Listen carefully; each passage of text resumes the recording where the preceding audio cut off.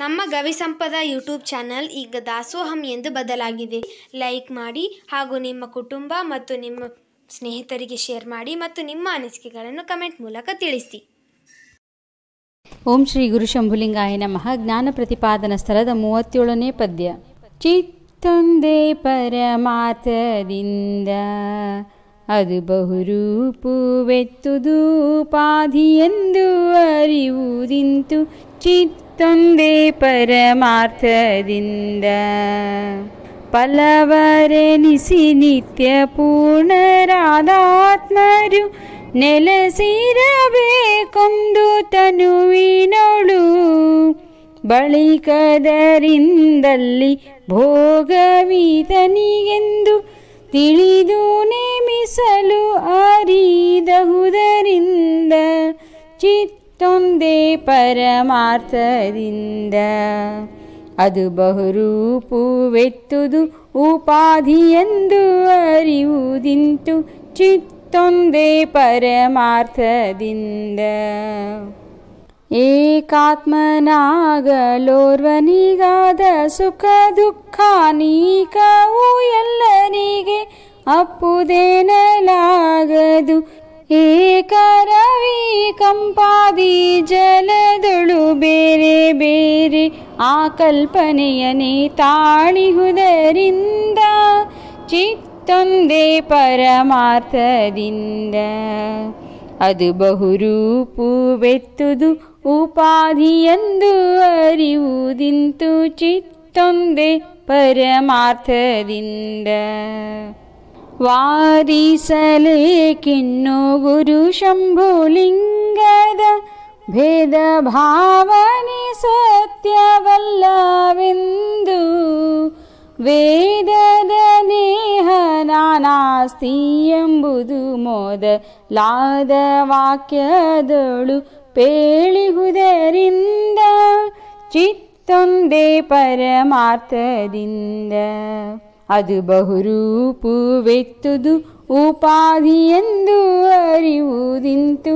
ಚಿತ್ತೊಂದೇ ಪರಮಾರ್ಥದಿಂದ ಅಜ್ಞಾನತಿಮಿರಾಂಧಸ್ಯ ಜ್ಞಾನಾಂಜನಶಲಾಕಯ ಚಕ್ಷುರುನ್ಮೀಲಿತಂ ಯೇನ ತಸ್ಮೈ ಶ್ರೀ ಗುರವೇ ನಮಃ. ಜ್ಞಾನಸಿದ್ಧಂ ತಪಸ್ಸಿದ್ಧಂ ಸರ್ವಸಿದ್ಧಂ ಶಿವಪ್ರದಂ ಸ್ವಯಂ ಸಿದ್ಧಮಹಂ ವಂದೇ ಸಿದ್ಧಾರೂಢ ಯತೀಶ್ವರಂ. ನಿಜಗುಣ ಶಿವಯೋಗಿಗಳಿಗೆ, ಈ ನಾಡಿನ ಮುಮುಕ್ಷುಗಳಿಗೆ ತತ್ವಜ್ಞಾನವನ್ನು ಕರುಣಿಸಿದ ಸಿದ್ಧಾರೂಢ ಸ್ವಾಮಿಗಳವರಿಗೆ, ಗುರುನಾಥಾರೂಢ ಸ್ವಾಮಿಗಳವರಿಗೆ, ಹಾಗೆಯೇ ಕೃಷ್ಣಾನಂದ ಶಾಸ್ತ್ರಿಗಳಿಗೆ ತಮ್ಮೆಲ್ಲರಿಗೂ ಕೂಡ ಪ್ರೀತಿಪೂರ್ವಕ ನಮಸ್ಕಾರಗಳನ್ನು ತಿಳಿಸ್ತಾ ಇವತ್ತಿನ ಉಪನ್ಯಾಸ ಕಾರ್ಯಕ್ರಮದಲ್ಲಿ ಭಾಗಿಗಳಾಗೋಣ. ನಿಜಗುಣ ಶಿವಯೋಗಿಗಳವರ ಜ್ಞಾನ ಪ್ರತಿಪಾದನ ಸ್ಥಳದ 37ನೇ ಪದ್ಯದ ಉಪನ್ಯಾಸ ಇವತ್ತಿನ ವಿಷಯ. ನಿನ್ನೆ 36ನೇ ಪದ್ಯದಲ್ಲಿ ತತ್ವಮಸಿ ಮಹಾವಾಕ್ಯದ ಅರ್ಥವನ್ನ ವಿವರಿಸಲಾಗಿದೆ. ಆ ಅರ್ಥವನ್ನ ಮತ್ತೆ ಮತ್ತೆ ಮನನ ಮಾಡುವ ಉದ್ದೇಶದಿಂದ ಮುಂದಿನ ಕೆಲವು ಪದ್ಯಗಳನ್ನ ನಿಜಗುಣ ಶಿವಯೋಗಿಗಳು ರಚಿಸಿದ್ದಾರೆ. ಚಿತ್ತೊಂದೇ ಪರಮಾರ್ಥದಿಂದ ಅದು ಬಹುರೂಪವೆತ್ತುದು ಉಪಾಧಿಯಿಂದ ಉಪಾಧಿ ಎಂದು ಅರಿವುದು ಇಂತು. ಈಗ ನಾವು ಆತ್ಮ ಅಂತ ಕರಿತೇವೆ. ಆತ್ಮ ಅಂದ್ರೆ ತಾನು, ನಾನು ಅಂತ. ನಾನು ಅಂದ್ರೆ ಯಾರು ಅಂತ ವಿಚಾರ ಮಾಡಿದಾಗ ಜನಸಾಮಾನ್ಯರು ತೋರುವ ಸ್ಥೂಲ ದೇಹವನ್ನು ನಾನು ಅಂತಾರೆ. ಆದರೆ ಸೂಕ್ಷ್ಮಕ್ಕೆ ಇಳಿದಾಗ ಸ್ಥೂಲ ದೇಹ ಮಾತ್ರ ನಾವಾಗೋದಿಲ್ಲ. ಈ ಸ್ಥೂಲ, ಸೂಕ್ಷ್ಮ, ಕಾರಣ ಶರೀರ ಒಂದು ಅವಸ್ಥೆಯಲ್ಲಿ ಇರ್ತದೆ, ಇನ್ನೊಂದು ಅವಸ್ಥೆಯಲ್ಲಿ ಇರೋದಿಲ್ಲ. ಈ ಮೂರೂ ಅವಸ್ಥೆಗಳಲ್ಲಿ ಇದ್ದು ಮೂರು ಅವಸ್ಥೆಗಳ ವ್ಯವಹಾರಗಳನ್ನ ಸಾಕ್ಷಿ ರೂಪದಿಂದ ನಾವು ಅರಿತೇವೆ. ಆದ್ದರಿಂದ ಈ ಅರಿಯುವ ಚೈತನ್ಯ ಸ್ವರೂಪವೇ ನಿಜವಾದ ನಾನು ಅನ್ನುವ ವಿಚಾರವನ್ನ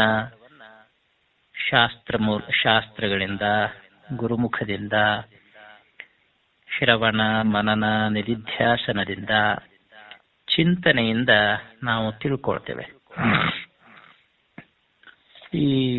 ಈ ಚೈತನ್ಯವೇ ಆತ್ಮ.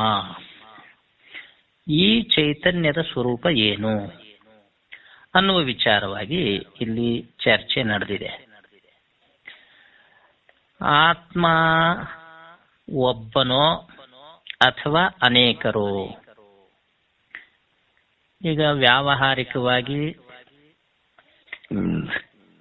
ಸಕಲ ಜೀವರಾಶಿಗಳಲ್ಲಿ ಚೈತನ್ಯ ಇದೆ. ವಾಸ್ತವಿಕವಾಗಿ ಚೈತನ್ಯ ಅಂತಕ್ಕಂಥದ್ದು ಒಂದೇ. ಅದನ್ನು ನಾವು ಸಾಮಾನ್ಯ ಚೇತನ, ವಿಶೇಷ ಚೇತನ ಅಂತ ಹೇಳ್ತೇವೆ, ವಿವರಿಸ್ತೇವೆ. ಈ ಜೀವರಾಶಿಗಳಲ್ಲಿ, ಸಸ್ಯಾದಿಗಳಲ್ಲಿ ಕ್ರಿಯಾತ್ಮಕವಾಗಿ ತೋರ್ತಕ್ಕಂಥ ಏನು ಚೈತನ್ಯ ಇದೆಯೋ, ಈ ಚೈತನ್ಯವನ್ನ, ಈ ಆತ್ಮವನ್ನ ವಿಶೇಷ ಚೈತನ್ಯ ಅಂತ ಕರಿತೇವೆ. ಇದನ್ನು ಹೊರತುಪಡಿಸಿ ಕ್ರಿಯಾತ್ಮಕವಾಗಿ ತೋರದೆ ನಾವು ಏನು ಜಡ ಪದಾರ್ಥ ಅಂತ ಕರಿತೇವೆಯೋ, ಸಕಲ ಪಡಿ ಪದಾರ್ಥಗಳಲ್ಲಿ ಹುದುಗಿರ್ತಕ್ಕಂಥ ಚೈತನ್ಯಕ್ಕೆ ಸಾಮಾನ್ಯ ಚೈತನ್ಯ ಅಂತ ಕರಿತೇವೆ. ಮೂಲತಃ ಸಾಮಾನ್ಯ ಚೈತನ್ಯ ಅದು ಸಾಕಾರ ರೂಪಕ್ಕೆ ಇಳಿದಾಗ, ಈಗ ಜಡಗಳಲ್ಲಿ ಜಡ ಪದಾರ್ಥಗಳು ಸಾಕಾರ, ಅಲ್ಲಿಯೂ ಚೈತನ್ಯ ಇದೆ, ಅದನ್ನ ಸಾಮಾನ್ಯ ಚೈತನ್ಯ ಅಂತೇವೆ. ವಿಶೇಷ ಚೈತನ್ಯ ಅಂದ್ರೆ ಜೀವರಾಶಿಗಳಲ್ಲಿನ ತೋರ್ತಕ್ಕಂಥ ಚೈತನ್ಯಕ್ಕೆ ವಿಶೇಷ ಚೈತನ್ಯ ಅಂತೇವೆ. ಹಾಗಾದ್ರೆ ಈ ಎರಡೂ ಚೈತನ್ಯಕ್ಕೆ ಭಿನ್ನವಾದಂಥ ಸಚ್ಚಿದಾನಂದ ನಿತ್ಯ ಪರಿಪೂರ್ಣ ಲಕ್ಷಣಾತ್ಮಕವಾಗಿರ್ತಕ್ಕಂಥ ಏನು ಚೈತನ್ಯ ಇದೆಯಲ್ಲ, ಆ ಚೈತನ್ಯಕ್ಕೆ ಏನ್ ಹೆಸರು ಅಂತ ಕೇಳಿದ್ರೆ ಅದಕ್ಕೆ ಕೇವಲ ಚೈತನ್ಯ ಅಂತ ಕರಿಬಹುದು. ಈಗ ಸಾಮಾನ್ಯ ಚೇತನ ಅಂದ್ರೆ ಜಡವಸ್ತುಗಳಲ್ಲಿ ಹುದುಗಿರ್ತಕ್ಕಂಥ ಚೇತನವಾಗಲಿ, ವಿಶೇಷ ಚೇತನ ಅಂದ್ರೆ ಜೀವರಾಶಿಗಳಲ್ಲಿ ತೋರ್ತಕ್ಕಂಥ ಚೇತನವಾಗಲಿ, ಇದು ವಾಸ್ತವಿಕವಾಗಿ ಭಿನ್ನವಲ್ಲ, ಏಕಚೇತನವೇ. ಸದೇವ ಸೌಮ್ಯ ಇದಮಗ್ರಮಾಸೀತ್ ಏಕಮೇವ ಅದ್ವಿತೀಯಂ ಬ್ರಹ್ಮ ಅನ್ನುವ ಮಾತಿನಂತೆ ನಾಮರೂಪಾತ್ಮಕ ಸೃಷ್ಟಿಗಿಂತ ಮುಂಚೆ ನಾಮರೂಪರಹಿತವಾಗಿರತಕ್ಕಂಥ ಚೈತನ್ಯ ಒಂದೇ ಒಂದು ಇತ್ತು. ಆ ಚೈತನ್ಯವೇ ಈ ರೀತಿಯಾಗಿ ವಿಕಾಸಗೊಂಡಿತು ಅಂತ ನಾವು ಹೇಳ್ತೇವೆ. ಅಲ್ಲಿಗೆ ಚೈತನ್ಯ ಅನ್ನೋದು ವಸ್ತುತಃ ಮೂಲಭೂತವಾಗಿ ಒಂದೇ ಆಗಿದ್ರೂ ಕೂಡ ವ್ಯಾವಹಾರಿಕವಾಗಿ ಚೈತನ್ಯ ಅನೇಕ ರೀತಿಯಿಂದ ತೋರ್ತದೆ. ವಿಶೇಷ ಚೈತನ್ಯ ರೂಪದಲ್ಲಿ ಅನೇಕ ತರ, ಸಾಮಾನ್ಯ ಚೇತನದ ರೂಪದಲ್ಲಿ ಅನೇಕ ತರವಾಗಿ ತೋರ್ತದೆ. ಹೀಗೆ ಅನೇಕ ರೀತಿಯಾಗಿ ತೋರ್ತಕ್ಕಂಥ ಚೇತನಕ್ಕೆ ನಾನು ಅಂತ ಕರಿತೇವೆ. ಈ ನಾನು, ಈ ಆತ್ಮ, ಇಲ್ಲಿ ವಿಚಾರಕ್ಕೆ ಇಳಿದಾಗ ಈ ಆತ್ಮ ಒಬ್ಬನೇಯೋ ಅನೇಕರೋ ಅಂತ ಈ ವಿಷಯದಲ್ಲಿ ಅನೇಕ ಮತಗಳು ಇವೆ. ದ್ವೈತ, ಅದ್ವೈತ, ವಿಶಿಷ್ಟಾದ್ವೈತ, ಶಕ್ತಿ ವಿಶಿಷ್ಟಾದ್ವೈತ, ಕೇವಲಾದ್ವೈತ, ಹೀಗೆ ಅನೇಕ ವೇದಾಂತಗಳು ಈ ವಿಚಾರದಲ್ಲಿ ಆತ್ಮವಿಮರ್ಶೆಯನ್ನ ಮಾಡಿವೆ. ವ್ಯಾವಹಾರಿಕವಾಗಿ ಎಲ್ಲರೂ ಕೂಡ ಆತ್ಮರು ಅನೇಕ ಅಂತ ಒಪ್ಕೊಳ್ತೇವೆ. ಈ ಆತ್ಮ ನಿತ್ಯ ಅನ್ನೋದು ಬಹುತೇಕ ವೇದಾಂತಿಗಳ ಅಭಿಮತ. ಆತ್ಮ ಅನಿತ್ಯ ಅಂತ ಹೇಳುವುದು ಬಹುಶಃ ಚಾರ್ವಾಕರ ಮಾತು. ಆದರೆ ಈ ವೇದಾಂತಿಗಳು ಆತ್ಮನು ನಿತ್ಯ ಅಂತಾನೆ ಹೇಳ್ತಾರೆ. ಈ ವಿಶೇಷವಾಗಿ ದ್ವೈತಿಗಳ ದೃಷ್ಟಿಯನ್ನ ಇಟ್ಕೊಂಡು ವಿಚಾರ ಮಾಡೋದಾದ್ರೆ ಆತ್ಮರು ಅನೇಕರು, ಪರಮಾತ್ಮ ಬೇರೆ, ಜೀವಾತ್ಮ ಬೇರೆ, ಪರಮಾತ್ಮನೂ ನಿತ್ಯ, ಜೀವಾತ್ಮನೂ ನಿತ್ಯ, ಈ ರೀತಿಯಾಗಿ ಹೇಳ್ತಾರೆ. ಸಾಮ್ಯ ಇತ್ಯಾದಿಯನ್ನ ಶಕ್ತಿ ವಿಶಿಷ್ಟ ದ್ವೈತಿಗಳು ಇವರೆಲ್ಲ ಹೇಳ್ತಾರೆ. ಪರಮಾತ್ಮನೇ ಆಗ್ಲಿಕ್ಕೆ ಸಾಧ್ಯ ಇಲ್ಲ, ಪರಮಾತ್ಮನ ಸಾಮ್ಯ ರೂಪದಲ್ಲಿ ಆತ್ಮ ಇದ್ದಾನೆ ಅನ್ನುವಂಥ ವಿಚಾರವನ್ನು ಹೇಳ್ತಾರೆ.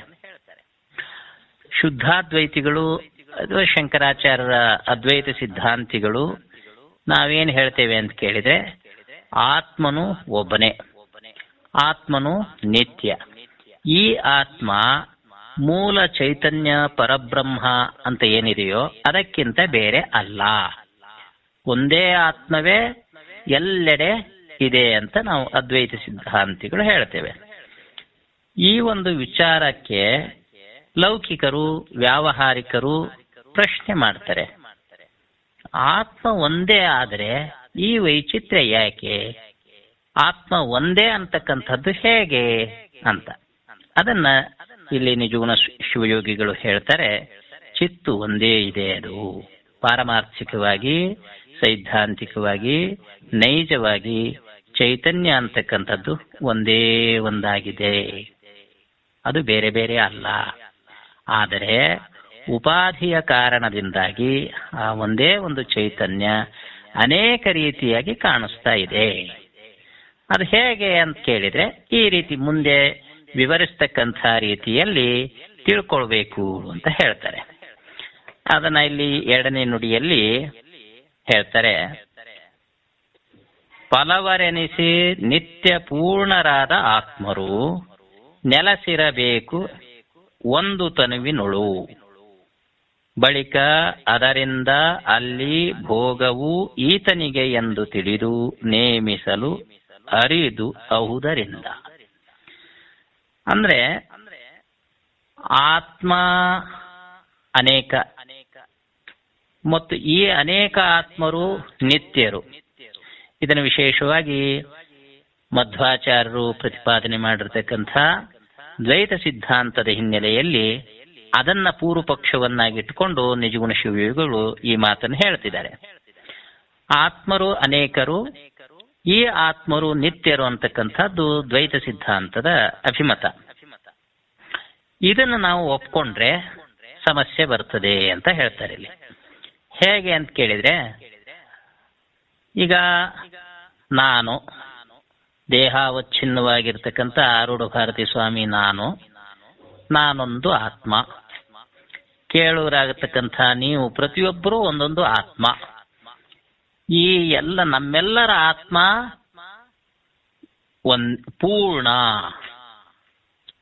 ಸತ್ತು ಚಿತ್ತು ನಿತ್ಯ ಆನಂದ ಲಕ್ಷಣ ಆಗಿರ್ತಕ್ಕಂಥ ಆತ್ಮ ಅಂತ ಒಪ್ಕೊಳ್ಳೋದಾದ್ರೆ, ಈ ಪೂರ್ಣಾಂಶವನ್ನು ಇಟ್ಕೊಂಡು ಇಲ್ಲಿ ಪ್ರಶ್ನೆ ಏನ್ ಪ್ರಶ್ನೆ ಅಂದ್ರೆ, ಈಗ ನಿಮ್ಮ ಆತ್ಮ ಪೂರ್ಣ, ನನ್ನ ಆತ್ಮವೂ ಪೂರ್ಣ ಅಂದ ಬಳಿಕ ನನ್ನ ಆತ್ಮವೂ ಎಲ್ಲೆಡೆ ಇದೆ, ನಿಮ್ಮ ಆತ್ಮವೂ ಎಲ್ಲೆಡೆ ಇದೆ.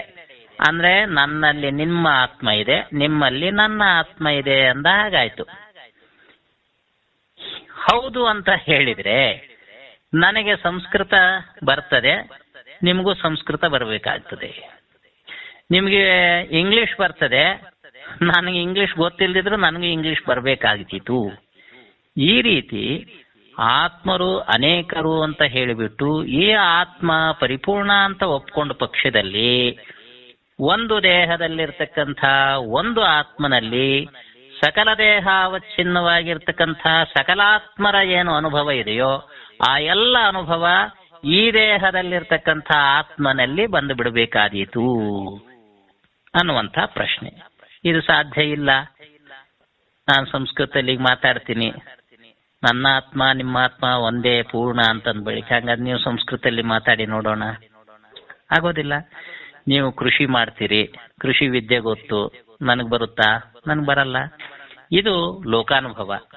ಆದ್ದರಿಂದ ಈ ರೀತಿಯ ಸಮಸ್ಯೆಗಳು ಎದುರಾಗುವುದರಿಂದ ಆತ್ಮರು ಅನೇಕರು, ಈ ಆತ್ಮ ಪೂರ್ಣ ಅನ್ನುವಂಥ ದ್ವೈತ ಸಿದ್ಧಾಂತವನ್ನ ಒಪ್ಕೊಳ್ಳಿಕ್ಕೆ ಬರೋದಿಲ್ಲ ಅನ್ನುವಂಥದ್ದು ಈ ನುಡಿಯ ಅಭಿಪ್ರಾಯ.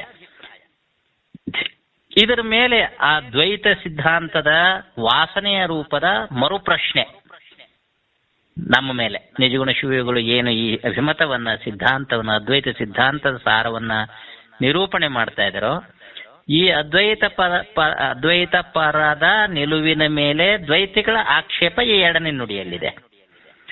ಏಕಾತ್ಮನಾಗಲು ಓರ್ವನಿಗಾದ ಸುಖ ದುಃಖಾನೀಕವೆಲ್ಲರಿಗೆ ಅಪ್ಪುದು ಎನ್ನಲಾಗದು. ಏಕರವಿ ಕಂಪಾದಿ ಜಲದಳು ಬೇರೆ ಬೇರೆ ಆ ಕಲ್ಪನೆಯನ್ನೇ ತಾಳಿಹುದರಿಂದ. ಅದ್ವೈತಿಗಳು ಕೇಳ್ತಾರೆ, ಆಯ್ತು, ನಿಮ್ ಪ್ರಕಾರ ಆತ್ಮರು ಅನೇಕರು ಅಲ್ಲ, ಆತ್ಮ ಒಬ್ಬನೇ ಇದ್ದಾನೆ. ಒಬ್ಬನೇ ಆತ್ಮ ಎಲ್ಲೆಡೆ ವ್ಯಾಪಿಸಿದಾನೆ. ಸಕಲ ಚರಾಚರ ವಸ್ತುಗಳಲ್ಲಿ, ಜೀವರಾಶಿಗಳಲ್ಲಿ ಒಬ್ಬನೇ ಆತ್ಮ ತುಂಬಿದ್ದಾನೆ. ಉಪಾಧಿಯಿಂದ ಈ ಒಬ್ಬ ಆತ್ಮನೇ ಅನೇಕ ರೀತಿಯಾಗಿ ಗೋಚರಿಸಿದ್ದಾನೆ ಅಂತ ನಿಮ್ಮ ಸಿದ್ಧಾಂತ ಅಲ್ವಾ, ಅದ್ವೈತಿಗಳ ಸಿದ್ಧಾಂತ. ಆಯ್ತು, ಒಪ್ಕೊಳ್ಳೋಣ. ಈಗ ನಮ್ದೊಂದು ಪ್ರಶ್ನೆ ಇದೆ. ಏನು ಅಂತ ಕೇಳಿದ್ರೆ, ಈಗ ನನ್ನ ಆತ್ಮ ನಿಮ್ಮ ಆತ್ಮ ಉಪಾಧಿಯಿಂದ ಬೇರೆ ಬೇರೆ, ಆದ್ರೆ ವಾಸ್ತವಿಕವಾಗಿ ಆತ್ಮ ಒಬ್ಬನೇ. ಆದ್ದರಿಂದ ನಮಗೇನು ನೀವು ಪ್ರಶ್ನೆ ಮಾಡಿದ್ರಲ್ಲ, ಆ ಪ್ರಶ್ನೆ ಇಲ್ಲೂ ಕೂಡ ಹಾಗೆ ಉಳಿತದಲ್ಲ. ನನ್ನ ಅನುಭವ ನಿಮಗೆ ಬರಬೇಕಾಗಿತ್ತು, ನಿಮ್ಮ ಅನುಭವ ನನಗೆ ಬರಬೇಕಾದೀತು ಅನ್ನುವಂಥದ್ದು ಅಂತ ಕೇಳ್ತಾರೆ ದ್ವೈತಿಗಳು. ಆವಾಗ ನಾವೇನು ಹೇಳ್ತೇವೆ ನೋಡು, ಅದ್ವೈತಿಗಳಿಗೆ ಹೇಳುವ ಮಾತು, ನಿಮ್ಮ ಸಿದ್ಧಾಂತ ನಮ್ಮ ಸಿದ್ಧಾಂತ ವ್ಯತ್ಯಾಸ ಹೇಗೆ ಅಂದ್ರೆ, ನಿಮ್ದು ಆತ್ಮ ಪೂರ್ಣರು ಅಂತ ಹೇಳ್ತೇವೆ, ಅದ್ವೈತಿಗಳಾಗಿರ್ತಕ್ಕಂಥ ನಾವು ಕೂಡ ಆತ್ಮರು ಆತ್ಮ ಪೂರ್ಣ ಅಂತಾನೆ ಹೇಳ್ತೇವೆ. ಎರಡು ಮಾತಿಲ್ಲ ಈ ವಿಚಾರದಲ್ಲಿ. ಎಲ್ಲಿ ವ್ಯತ್ಯಾಸ ಇದೆ ಅಂದ್ರೆ, ದ್ವೈತಿಗಳು ಆತ್ಮರು ಅನೇಕರು ಅಂತ ಹೇಳ್ತಾರೆ, ಅದ್ವೈತಿಗಳಾದ ನಾವು ಆತ್ಮ ಒಬ್ಬನೇ ಅಂತ ಹೇಳ್ತೇವೆ. ಇದು ವಾಸ್ತವಾರ್ಥದಲ್ಲಿ. ವ್ಯಾವಹಾರಿಕವಾಗಿ ಉಪಾಧಿ ವಶದಿಂದ ಆತ್ಮ ಬೇರೆ ಅಂತ ಹೇಳ್ತೇವೆ ಅಷ್ಟೇ. ವಾಸ್ತವಿಕವಾಗಿ ಆತ್ಮ ಒಬ್ಬನೇ. ಇಷ್ಟು ದ್ವೈತಿಗಳಿಗೆ ಮತ್ತು ಅದ್ವೈತಿಗಳಿಗೆ ಇರತಕ್ಕಂಥ ವ್ಯತ್ಯಾಸ. ಈಗ ನಾವು ಆತ್ಮ ಒಬ್ಬನೇ ಅಂತ ಹೇಳಿದ್ರು ಕೂಡ ಅವರು ಪ್ರಶ್ನೆ ಮಾಡಿದ್ದಾರೆ, ನಮ್ಮ ಮೇಲೆ ಆಕ್ಷೇಪವನ್ನು ಎತ್ತಿದ್ದಾರೆ. ಒಬ್ಬನ ಅನುಭವ ಇನ್ನೊಬ್ಬನಿಗೆ ಬರಬೇಕಾದೀತು, ಯಾಕೆ ಆತ್ಮ ಒಬ್ಬನೇ ಆಗಿರೋದ್ರಿಂದ. ಲೋಕದಲ್ಲಿ ಹಾಗಿಲ್ಲ, ಆದ್ದರಿಂದ ಆತ್ಮ ಒಬ್ಬನೇ ಅಂತ ಹೇಳಲಿಕ್ಕೆ ಬರೋದಿಲ್ವಲ್ಲ, ಆತ್ಮ ಅನೇಕ ಅಂತಾನೆ ಒಪ್ಕೊಳ್ಬೇಕಾಗ್ತದಲ್ಲ ಅಂತ ಇದು ದ್ವೈತಿಗಳ ಆಕ್ಷೇಪ. ಅದಕ್ಕೆ ನಾವೇನು ಉತ್ತರ ಹೇಳ್ತೇವೆ, ಇಲ್ಲ, ಹಾಗಿಲ್ಲ, ಈ ಆಕ್ಷೇಪ ನಿಲ್ಲೋದಿಲ್ಲ. ಆತ್ಮ ಒಬ್ಬನೇ ಇದ್ದು ಉಪಾಧಿಯಿಂದ ಆತ್ಮರು ಬೇರೆ ಬೇರೆ ಆಗಿರುವುದರಿಂದಾಗಿ ಉಪಾಧಿಗತ ಆತ್ಮರ ಅನುಭವವು ನಿರುಪಾಧಿಕವಾಗಿರತಕ್ಕಂಥ ಆತ್ಮನಿಗೆ ಅಂಟುವುದಿಲ್ಲ. ಮತ್ತೆ ಸೋಪಾಧಿಕವಾಗಿರ್ತಕ್ಕಂಥ ಆತ್ಮನಿಗೂ ಅಂಟುವುದಿಲ್ಲ. ಅದಕ್ಕೆ ಉದಾಹರಣೆಯನ್ನು ಕೊಡ್ತಾರೆ ಇಲ್ಲಿ. ಏಕರವಿ, ಒಬ್ಬನೇ ಸೂರ್ಯ ಇದ್ದಾನೆ. ಸೂರ್ಯ ಒಬ್ಬ, ಮೂಲ ಬಿಂಬಾತ್ಮಕವಾಗಿರ್ತಕ್ಕಂಥ ಸೂರ್ಯ ಒಬ್ಬ ಇದ್ದಾನೆ. ಆ ಸೂರ್ಯನ ಪ್ರತಿಬಿಂಬ ಬಿದ್ದಿದೆ ನದಿಯಲ್ಲಿ, ಹೊಳೆಯಲ್ಲಿ, ಕೆರೆಯಲ್ಲಿ, ಸಮುದ್ರದಲ್ಲಿ, ಬಿಂದಿಗೆ ನೀರಿನಲ್ಲಿ, ಅನೇಕ ಕಡೆಗೆ ನೀರಿನಲ್ಲಿ ಸೂರ್ಯನ ಪ್ರತಿಬಿಂಬ ಬಿದ್ದಿದೆ. ಆಯಾ ನೀರಿನ ಗುಣಧರ್ಮಾನುಸಾರವಾಗಿ ಅಲ್ಲಿ ಪ್ರತಿಬಿಂಬಿತವಾಗಿರತಕ್ಕಂಥ ಸೂರ್ಯನಲ್ಲಿ ವೈಚಿತ್ರ್ಯ ಕಾಣುತ್ತದೆ. ಹೊಯ್ದಾಟ ಕಾಣಬಹುದು, ಮಾಲಿನ್ಯ ಕಾಣಬಹುದು, ಸ್ಥೂಲ, ಸೂಕ್ಷ್ಮ, ಈ ರೀತಿ ಅನೇಕ ವೈಚಿತ್ರ್ಯ, ವೈವಿಧ್ಯ ಆಯಾ ಸೋಪಾಧಿಕ ನೀರಿನಲ್ಲಿ ಸೂರ್ಯ ವಿಭಿನ್ನವಾಗಿ ಕಂಡರೂ ಕೂಡ ಈ ವೈವಿಧ್ಯದ ಲೇಪನ ಸೂರ್ಯನಲ್ಲಿ ಇಲ್ಲ. ಸೂರ್ಯ ಹೊಯ್ದಾಡುವವನಲ್ಲ, ಅವನು ಸಣ್ಣ ದಪ್ಪ ಆಗೋವನಲ್ಲ, ಮಾಲಿನ್ಯ ಇತ್ಯಾದಿ ಕೂಡ ಅವನಿಗೆ ಲೇಪ ಇಲ್ಲ. ಇದೆಲ್ಲ ಸೋಪಾಧಿಕ ಸೂರ್ಯನ ಲೇಪ ವಾಸ್ತವಿಕ ಬಿಂಬರೂಪದ ಸೂರ್ಯನಿಗೆ ಇಲ್ಲ. ಅಷ್ಟೇ ಅಲ್ಲ, ಈಗ ಒಂದು ಬಿಂದಿಗೆಯಲ್ಲಿ ನೀರು ಮಲಿನವಾಗಿದೆ. ಬಿಂದಿಗೆಯ ಮಲಿನ ನೀರಿನಲ್ಲಿ ಪ್ರತಿಬಿಂಬಿತವಾದಂತಹ ಸೂರ್ಯ ಮಲಿನವಾಗಿ ಕಾಣ್ತಾನೆ. ಇನ್ನೊಂದು ಬಿಂದಿಗೆಯಲ್ಲಿ ಶುದ್ಧವಾದ ನೀರಿದೆ. ಶುದ್ಧವಾದ ನೀರಿನಲ್ಲಿ ಪ್ರತಿಬಿಂಬಿತವಾದಂತಹ ಸೂರ್ಯ ಶುದ್ಧನಾಗಿ ಕಾಣ್ತಾನೆ. ಈ ಒಂದು ಬಿಂದಿಗೆಯಲ್ಲಿ ತೋರುವ ಸೂರ್ಯನ ಸ್ವಭಾವ ಮತ್ತೊಂದು ಬಿಂದಿಗೆಯಲ್ಲಿ ತೋರುವ ಸೂರ್ಯನಿಗೆ ಸಂಬಂಧವಿಲ್ಲ. ಬಿಂಬರೂಪದ ಸೂರ್ಯನಿಗೂ ಸಂಬಂಧವಿಲ್ಲ. ಪ್ರತಿಬಿಂಬಿತವಾದ ಅನೇಕ ಸೂರ್ಯಗಳು ಏನು ಕಾಣ್ತಾ ಇದ್ದಾರೋ ಈ ಒಂದು ಸೋಪಾಧಿಕವಾಗಿರ್ತಕ್ಕಂಥ ಪ್ರತಿಬಿಂಬಿತವಾಗಿರ್ತಕ್ಕಂಥ ಒಂದು ಸೂರ್ಯನ ಸ್ವಭಾವ ಸೋಪಾಧಿಕವಾಗಿರ್ತಕ್ಕಂಥ ಪ್ರತಿಬಿಂಬಿತವಾಗಿರ್ತಕ್ಕಂಥ ಮತ್ತೊಂದು ಸೂರ್ಯನ ಸ್ವಭಾವಕ್ಕೆ ಹೊಂದಾಣಿಕೆಯಾಗುವುದಿಲ್ಲ. ಉಪಾಧಿಗತವಾಗಿರ್ತಕ್ಕಂಥ ಗುಣಧರ್ಮಗಳು ಉಪಾಧಿಗತವಾದುದಕ್ಕೆ ಅನ್ವಯಿಸ್ತವೆ ಹೊರತಾಗಿ ಮತ್ತೊಂದಕ್ಕೆ ಯದುಪಾಧಿಕ ಯಾವ ಧರ್ಮ, ಯಾವ ಉಪಾಧಿಗತವಾಗಿರತಕ್ಕಂಥ ಯಾವ ಧರ್ಮ ಇದೆಯೋ ಆ ಧರ್ಮವು ತದುಪಾಧಿಗತ ಪ್ರತಿಬಿಂಬಕ್ಕೆ ಮಾತ್ರ ಸಂಬಂಧಪಡುತ್ತದೆ ಹೊರತು ಆ ಧರ್ಮ ತದ್ಭಿನ್ನವಾಗಿರತಕ್ಕಂಥ ಸೋಪಾಧಿಕ ಪ್ರತಿಬಿಂಬಕ್ಕೆ ಸಂಬಂಧಪಡೋದಿಲ್ಲ. ನಿರುಪಾಧಿಕ ಅಥವಾ ಬಿಂಬರೂಪಕ್ಕೂ ಸಂಬಂಧಪಡೋದಿಲ್ಲ. ಸೋಪಾಧಿಕವಾಗಿರ್ತಕ್ಕಂಥ ಮತ್ತೊಂದು ಪ್ರತಿಬಿಂಬಕ್ಕೂ ಕೂಡ ಅದು ಸಂಬಂಧಪಡುವುದಿಲ್ಲ. ಇದು ಹೇಗೋ ಹಾಗೆಯೇ ಅನೇಕ ಜೀವರಾಶಿಗಳಲ್ಲಿ ಉಪಾಧಿವಶದಿಂದ ವಿಭಿನ್ನವಾಗಿ ತೋರ್ತಕ್ಕಂಥ ಆತ್ಮರುಗಳಿದ್ದಾಗಲೂ ಕೂಡ ಸೋಪಾಧಿಕವಾಗಿರ್ತಕ್ಕಂಥ ಆತ್ಮನ ಗುಣಧರ್ಮವು ತತ್ಸೋಪಾಧಿಕ ಆತ್ಮನಿಗೆ ತೋರುತ್ತವೆಯೇ ಹೊರತು ತದ್ಭಿನ್ನವಾಗಿರ್ತಕ್ಕಂಥ ಉಪಾಧಿಗತವಾದಂತಹ ಆತ್ಮರಿಗೆ ತೋರುವುದಿಲ್ಲ. ಆದ್ದರಿಂದ ಒಬ್ಬ ಆತ್ಮನಿಗೆ ಸಂಸ್ಕೃತ ಬರುತ್ತೆ ಅಂದ ಮಾತ್ರಕ್ಕೆ ವಿಭಿನ್ನೋಪಾಧಿಕ ಆತ್ಮಕ್ಕೆ ಸಂಸ್ಕೃತ ಬರಲಿ ಅನ್ನುವಂಥ ಪ್ರಶ್ನೆ ಉಳಿಯೋದಿಲ್ಲ. ಹೀಗಾಗಿ ಆತ್ಮ ಏಕ, ಉಪಾಧಿಯಿಂದಾಗಿ ವಿಭಿನ್ನನಾಗಿ ಕಾಣ್ತಾ ಇದ್ದಾನೆ. ಈ ಆತ್ಮನು ನಿತ್ಯ, ಏಕ, ಪೂರ್ಣ ಅಂತ ಹೇಳ್ತೇವೆ. ಹೇಳಿದರೆ ಏನು ನಿಮ್ಮ ಆಕ್ಷೇಪ ಇದೆಯೋ ಆಕ್ಷೇಪ ಸಂಬಂಧಪಡುವುದಿಲ್ಲ. ಆಕ್ಷೇಪ ನಿವಾರಣೆ ಖಂಡಿತವಾಗಿ ಸಾಧ್ಯ ಆಗೇ ಆಗ್ತದೆ. ಆದ್ದರಿಂದ ಆತ್ಮ ಒಬ್ಬನೇ ಅಂತಕ್ಕಂಥ ಏನು ನಮ್ಮ ಅದ್ವೈತ ಸಿದ್ಧಾಂತ ಇದೆಯೋ ಇದು ಗಟ್ಟಿಯಾಗಿ ನಿಲ್ಲುತ್ತೆ. ಇದರಲ್ಲಿ ಯಾವ ದೋಷವೂ ಉಳಿಯೋದಿಲ್ಲ ಅಂತಕ್ಕಂಥದ್ದು ಈ ಎರಡನೇ ನುಡಿಯ ಅಭಿಮತ. ಇನ್ನು ಮುಂದುವರೆದು ಮೂರನೇ ನುಡಿಯನ್ನ ಹೇಳ್ತಾರೆ ನಿಜಗುಂಡ್ರು. ಇದರ ಸಾರ ಏನು ಅಂದ್ರೆ, ನೋಡಿಯಪ್ಪ, ವಾದಿಸಲು ಏಕೆ, ಇನ್ನ ಬಾಳ ವಾದ ಮಾಡೋದ್ರಿಂದ ಏನು ಅಂತ. ಗುರುಶಂಭುಲಿಂಗದ ಭೇದ ಭಾವನೆ ಸತ್ಯವಲ್ಲವೆಂದು ವೇದದ ನೇಹನಾನಾಸ್ತಿ ಎಂಬುದು ಮೊದಲಾದ ವಾಕ್ಯದಳು ಪೇಳಿಹುದರಿಂದ. ಆತ್ಮನ ವಿಚಾರದಲ್ಲಿ, ಆಧ್ಯಾತ್ಮಿಕ ವಿಚಾರದಲ್ಲಿ ಬಹಳ ಪ್ರಾಚೀನವಾಗಿ ಚಿಂತನೆ ನಡೆದಿದ್ದು ವೇದದಲ್ಲಿ. 16,000 ವರ್ಷಗಳ ಹಿಂದೆ ಋಷಿಮುಖದಿಂದ ಹೊರಹೊಮ್ಮಿದ ವೇದಗಳು. ಆ ವೇದಗಳ ಅಂತಿಮ ಭಾಗ ಉಪನಿಷತ್ತು. ಆದ್ದರಿಂದ ಅದಕ್ಕೆ ವೇದಾಂತ ಅಂತ ಕರಿತೇವೆ. ಉಪನಿಷತ್ತುಗಳಲ್ಲಿ ಆತ್ಮ, ಪರಮಾತ್ಮ, ಜಗತ್ತು ಇವುಗಳ ಸುದೀರ್ಘವಾಗಿರತಕ್ಕಂಥ ಚಿಂತನೆ, ತತ್ವಚಿಂತನೆ ನಡೆದಿದೆ. ಆತ್ಮರು ಅನೇಕರು ಅನ್ನುವಂಥ ವಿಚಾರಕ್ಕೆ ಉಪನಿಷತ್ತುಗಳ ಪ್ರಮಾಣ ಸಿಗೋದಿಲ್ಲ ಅಂತ ನಿಜಗುಣ ಶಿವಯೋಗಿಗಳು ಹೇಳ್ತಿದ್ದಾರೆ. ದ್ವಾಸುಪರ್ಣ ಅನ್ನುವಂಥ ಕೆಲವು ಮಂತ್ರಗಳನ್ನ ಆಧಾರವಾಗಿಟ್ಕೊಂಡು ದ್ವೈತಿಗಳು ಆತ್ಮ ಅನೇಕ ಅನ್ನುವಂಥದ್ದು ವೇದದ ಉಪನಿಷತ್ತಿನ ಸಿದ್ಧಾಂತ ಅಂತ ಪ್ರತಿಪಾದನೆ ಮಾಡ್ತಾರೆ. ಆದರೆ ಆ ಒಂದು ಮಾತಿನಿಂದಾಗಿ ಆತ್ಮ ಅನೇಕ ಅಂತ ಹೇಳಲಿಕ್ಕೆ ಆಗೋದಿಲ್ಲ. ಸಾಂದರ್ಭಿಕವಾಗಿ ಯಾವುದೋ ಒಂದನ್ನು ನಾವು ಹೇಳ್ತೇವೆ, ವ್ಯಂಗ್ಯವಾಗಿ, ಧ್ವನಿ ರೀತಿಯಿಂದ ಯಾವುದೋ ಒಂದು ಮಾತನ್ನು ಹೇಳ್ತೇವೆ. ಆದರೆ ವಾಸ್ತವಿಕವಾಗಿ ಆ ಮಾತಿನ ವಾಚ್ಯಾರ್ಥ ಅದಾಗಿರೋದಿಲ್ಲ. ಲಕ್ಷ್ಯಾರ್ಥ, ಧ್ವನ್ಯಾರ್ಥ ಬೇರೆ ಇರ್ತದೆ. ಅದನ್ನು ಗ್ರಹಿಸಬೇಕಾಗುತ್ತದೆ. ಆದ್ದರಿಂದ ದ್ವಾಸುಪರ್ಣ ಅಂತಕ್ಕಂಥ ಮಾತಿನಿಂದ ಆತ್ಮ ಅನೇಕ ಅಂತ ಹೇಳಲಿಕ್ಕೆ ಬರೋದಿಲ್ಲ. ಆತ್ಮ ಒಬ್ಬನೇ ಇದ್ದಾನೆ ಅನ್ನೋದಕ್ಕೆ ಅನೇಕ ಪ್ರಮಾಣಗಳಿವೆ.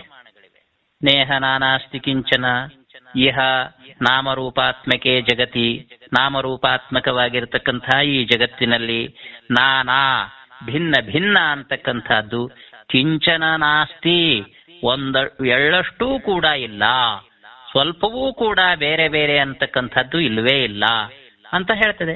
ಮಾಯಾ ಮಾತ್ರಮಿದದ್ವೈತಂ ಅದ್ವೈತಂ ಪರಮಾರ್ಥತಃ. ನಾಮರೂಪಾತ್ಮಕವಾಗಿ ತೋರ್ತಕ್ಕಂಥ ಈ ಜಗತ್ತೇನಿದೆ ಅಲ್ಲ, ಸುಮ್ಮನೆ ಮಾಯಾ ಮಾತ್ರ. ಹೇಗೆ ಜಾದೂಗಾರ ಅನೇಕ ರೀತಿಯ ವಸ್ತುಗಳನ್ನ ಪ್ರದರ್ಶನೆ ಮಾಡಿದಾಗ್ಲೂ ಕೂಡ ಅವನು 100, 500, 1000 ರೂಪಾಯಿಗಳ ನೋಟನ್ನು ಕೂಡ ರಚನೆ ಮಾಡ್ತಾನೆ. ಆಮೇಲೆ ಕೊನೆಗೆ ಭಿಕ್ಷಾಪಾತ್ರೆಯನ್ನು ಕೈ ಹಿಡಿತಾನೆ, ಹಾಕಿ ಕಾಣಿಕೆ ಹಾಕಿ ಅಂತ. ಸಾವಿರಾರು ರೂಪಾಯಿಗಳನ್ನ, ವಾಸ್ತವಿಕ ರೂಪಾಯಿಗಳನ್ನ ಅವನು ಮಾಡೋದಾಗಿದ್ದ ಪಕ್ಷದಲ್ಲಿ ಅವನು ಬಿಡಿಗಾಸಿಗಾಗಿ ಪಾತ್ರೆಯನ್ನೇಕೆ ಕೈ ಒಡ್ಡುತ್ತಿದ್ದ? ಆದ್ದರಿಂದ ಅವು ಅವಾಸ್ತವಿಕ ಹೇಗೋ ಅದೇ ರೀತಿಯಲ್ಲಿ ನಾಮರೂಪಾತ್ಮಕ ಎಲ್ಲ ಜಗತ್ತು ಮಾಯಾ ಮಾತ್ರ. ಕ್ಷಣ ತೋರ್ತದೆ ಅಡಗುತ್ತದೆ, ಕ್ಷಣ ತೋರ್ತದೆ ಅಡಗುತ್ತದೆ. ಇದು ಉಳ್ಳ ಬ್ರಹ್ಮವನ್ನಿಲ್ಲೆನಿಸುವುದು, ಇಲ್ಲದ ಲೋಕವನ್ನು ಉಂಟೆನಿಸುವುದು ಅನ್ನೋ ಪರಮಾರ್ಥ ಗೀತೆಯಲ್ಲಿ ನಿಜಗುಣ ಶಿವಯೋಗಿಗಳು ಈ ಮಾಯೆಯ ವಿಚಾರವನ್ನ ಪ್ರತಿಪಾದನೆ ಮಾಡಿದ್ದಾರೆ. ಸರ್ವಂ ಖಲ್ವಿದಂ ಬ್ರಹ್ಮ, ಇವೆಲ್ಲ ಅನೇಕ ನೂರಾರು ಸಾವಿರಾರು ಉಪನಿಷತ್ತಿನ ಮಾತುಗಳು ಅದ್ವೈತ ಸಿದ್ಧಾಂತಕ್ಕೆ ಪುಷ್ಟಿ ನೀಡುತ್ತವೆ.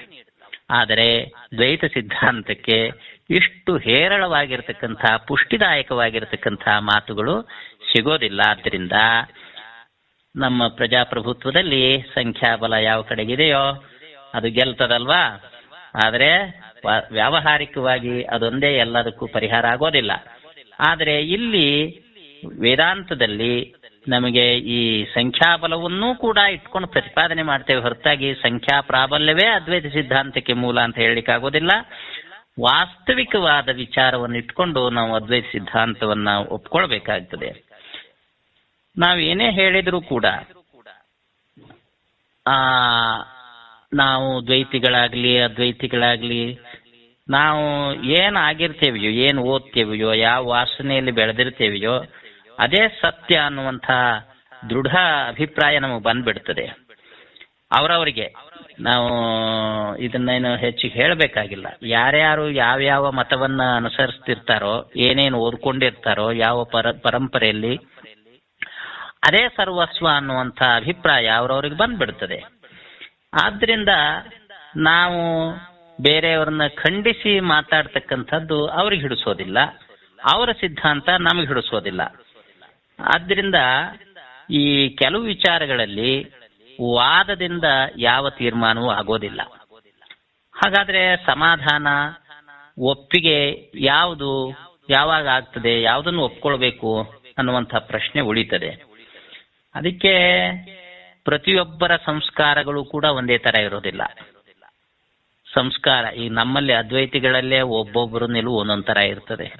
ಹೀಗೇನೆ ಒಬ್ಬೊಬ್ಬರ ಸಂಸ್ಕಾರ ಒಂದೊಂದ್ ತರ ಇರುವುದರಿಂದ, ಅವರ ಸಾಧನಾ ಹಂತ ವಿಭಿನ್ನವಾಗಿರೋದ್ರಿಂದ ಆಯಾ ಸಾಧನಾ ಹಂತದ ಆಯಾ ಸಂಸ್ಕಾರವಂತರ ಗುಣಧರ್ಮಕ್ಕೆ ಅನುಗುಣವಾಗಿ ಕೆಲವು ಸಿದ್ಧಾಂತಗಳು ಅಭಿಪ್ರಾಯಗಳು ಸರಿ ಅಂತ ಕಾಣ್ತವು, ಇನ್ ಕೆಲವು ಸಿದ್ಧಾಂತ ಅಭಿಪ್ರಾಯಗಳು ತಪ್ಪು ಅಂತ ಕಾಣ್ತವು. ಒಟ್ಟಾರೆಯಾಗಿ ಈ ವೇದಾಂತ ಅಂತಕ್ಕಂಥದ್ದು ಈ ಜಗತ್ತಿನ ಈ ರಹಸ್ಯವನ್ನ ಅರಿಯಲಿಕ್ಕೆ ಆರಂಭವಾಗಿರತಕ್ಕಂಥ ಸತ್ಯದ ಅನ್ವೇಷಣೆಯ ಪ್ರಕಾರ ಇದು.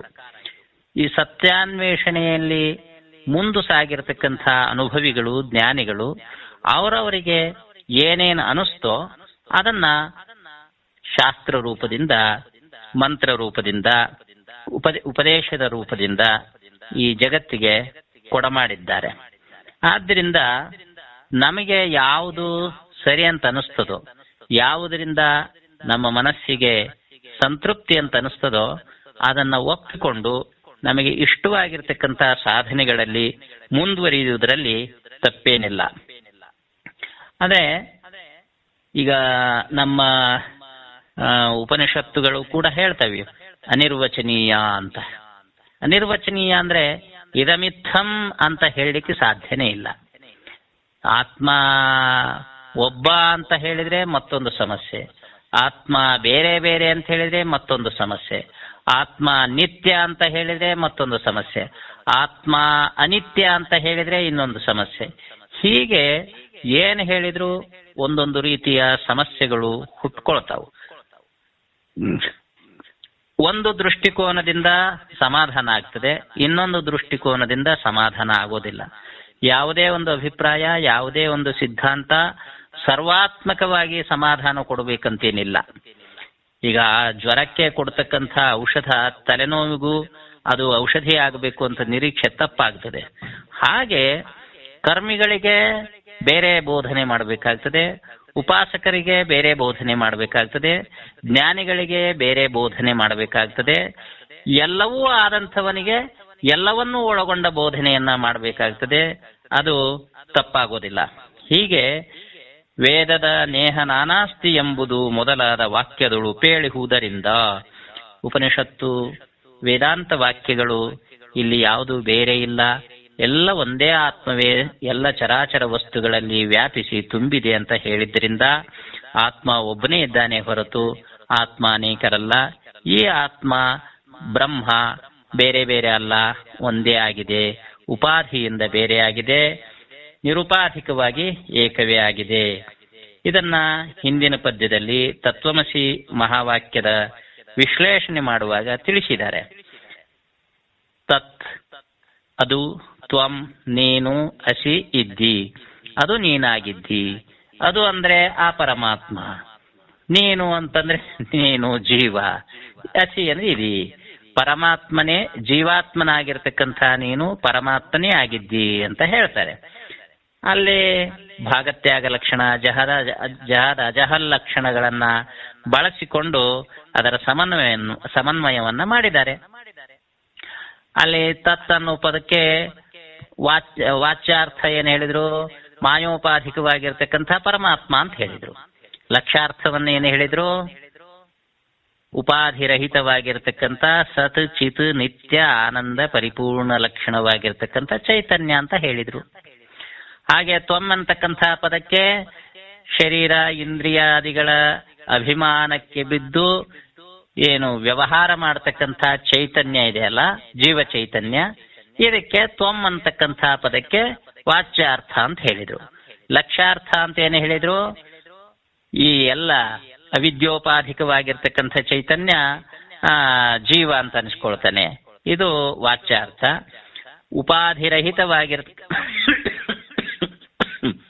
ಚೈತನ್ಯಾಂಶ ಏನಿದೆ ಅಲ್ಲ ಅದು ತ್ವಂ ನೀನು ಅಂತ ಹೇಳಿದ್ರು. ಅಸಿ ಅಂದ್ರೆ ಇದ್ದಿ, ಎರಡರ ಅಭೇದವನ್ನ ಪ್ರತಿಪಾದನೆ ಮಾಡಿತು. ಅದಕ್ಕೆ ಉದಾಹರಣೆಗಳನ್ನ ಈ ನಿನ್ನೆ ಬಹುಶಃ ಶಾಸ್ತ್ರೀಜಿ ಅವರು ಉದಾಹರಣೆಯನ್ನು ನೀಡಿ ವಿವರವನ್ನ ಮಾಡಿದ್ದಾರೆ. ಉಪಾಧಿಯ ಈಗ ಒಂದು ಗಂಗಾ ನದಿಗೆ ಹೋಗಿ ಒಂದು ಪಾತ್ರೆಯಲ್ಲಿ ಗಂಗಾ ನದಿಯನ್ನು ತುಂಬಿಕೊಂಡು ಬಂದಿರ್ತೇವೆ. ಗಂಗಾ ನೀರು ಇದು ಗಂಗೆ ಅಂತ ಹೇಳ್ತೇವೆ.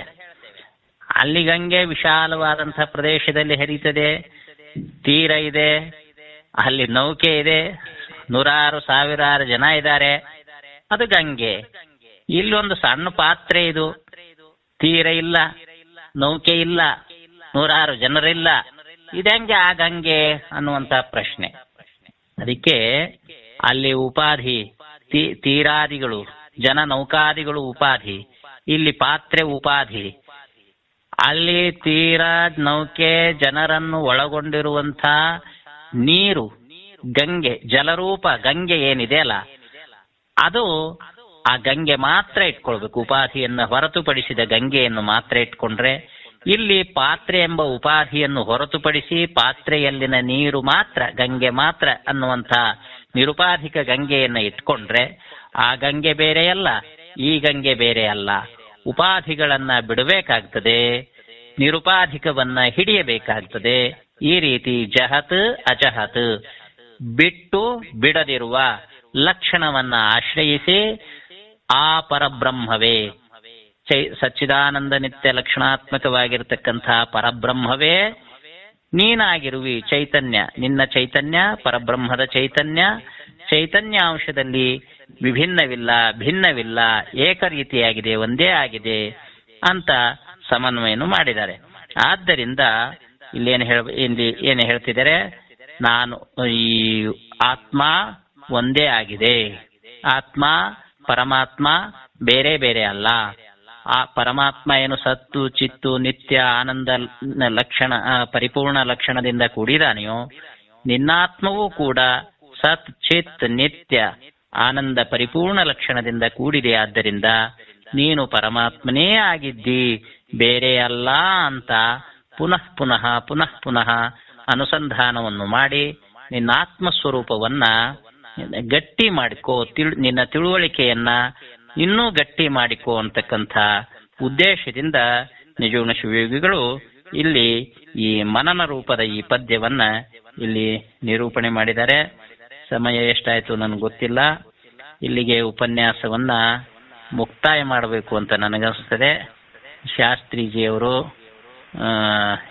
ಇನ್ನೂ ಸಮಯ ಇತ್ತು ಅಂತಂದ್ರೆ